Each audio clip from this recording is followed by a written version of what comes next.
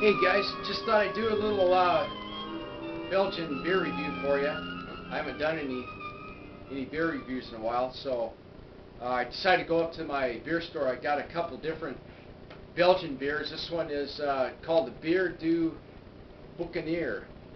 As you can see, it's got a pirate on the front. It says it's from East Flanders, and it is a golden strong ale. So I think it's similar to a Duvel. It's take a quick look here. Let me get my glass on. It says it's 11% alcohol, which is quite a bit stronger than Duvel's 8.5% alcohol, I believe, and it's 11.2 ounce bottle. So anyway, let's crack her open.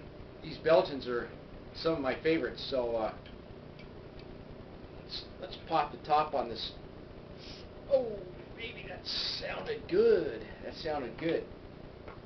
Recently, I've been home brewing up some Belgians, and I've been saving. These are bottle conditioned. Hold on for a sec.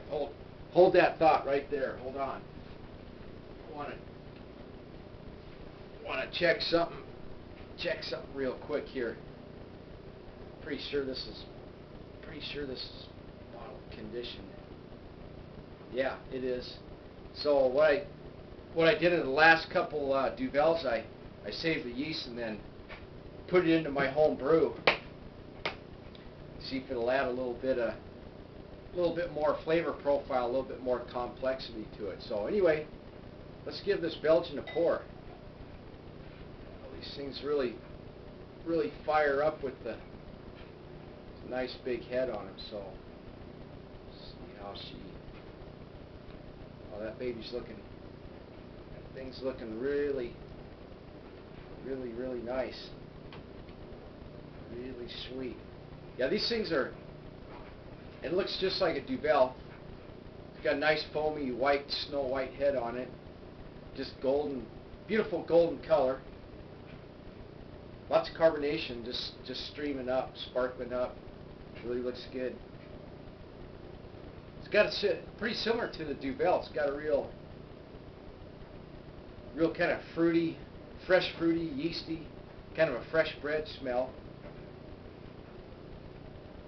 Kind of a little bit of kind of almost a kind of a raisiny, maybe a prune smell. Huh, it's kind of pretty unusual. Well, let's give it a go. One of my favorites, little Belgian.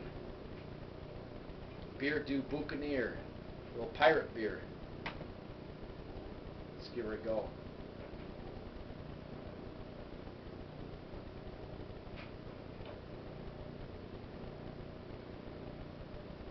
Yeah, that's just what I expected. Super, really nice beer.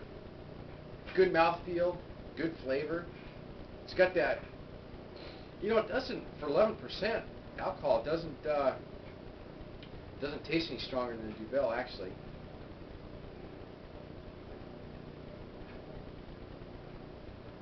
Lots of carbonation. Wow, that thing's really looking good. Hey, you know something? I was just thinking, I got a Duvel clone that I did. It's been in the fridge for a while. I'm gonna go pop that thing. Let me. I'm gonna pause this. Let me get my home brew out of the fridge. I'll be right back.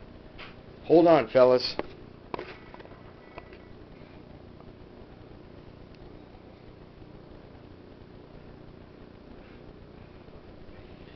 Okay, back with the home brew. Since we're doing a Belgian, let's do a little. This got a B on there. This is actually did a Duvel clone. So, and it's I bottled it on Christmas Day, so it's approaching 2 months in the bottle. I tried it at 1 month, and it was really good. So let's just. Oh, that sounded really good. Ooh, lots of action in there. Let's just see how it compares to this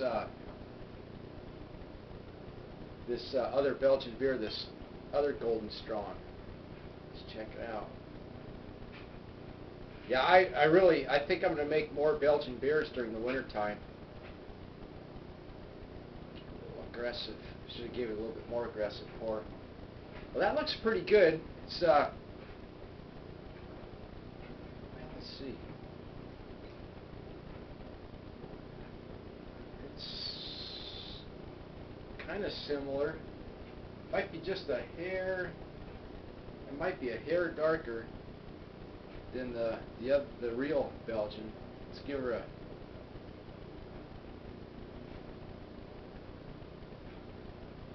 Let's see.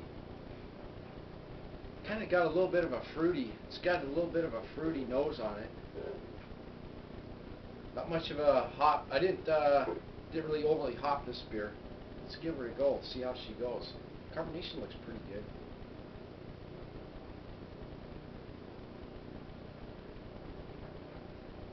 Wow, that is pretty close. God, that is pretty close.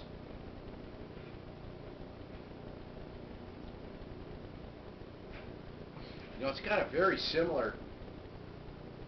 I tried to follow the recipe as close as I could to Duvel, and I think I just about got pretty close.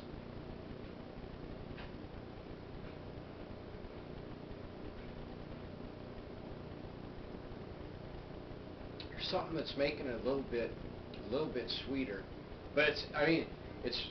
Boy, I tell you, really happy with the home brew the way she's turning out. I mean, you gotta watch out too, because this one, I think I reached about 7.5% on this. I didn't quite get to the 8.5%, but I'm gonna have to definitely. Well, I'm home from work, so I'm not gonna be out driving or anything like that. I got a 11% and a 7.5, and so guy could get snockered pretty easily.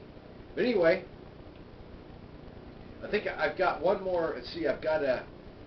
Let's see what I've got. I've got a European Pilsner in my bottling bucket. I'm going to bottle that up in another week or so.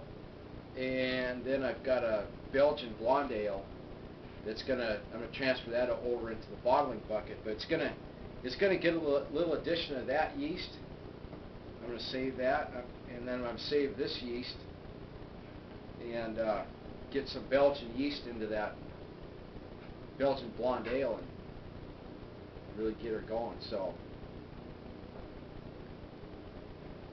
anyway, if you guys haven't tried making a Belgian beer, it's really the recipes are pretty straightforward, pretty easy.